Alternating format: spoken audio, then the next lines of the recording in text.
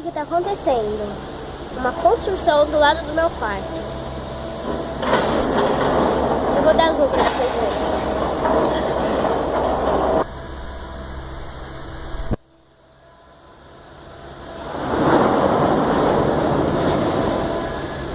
Gente, não vão pensando que é trovão, que é terremoto, que é nada, ó.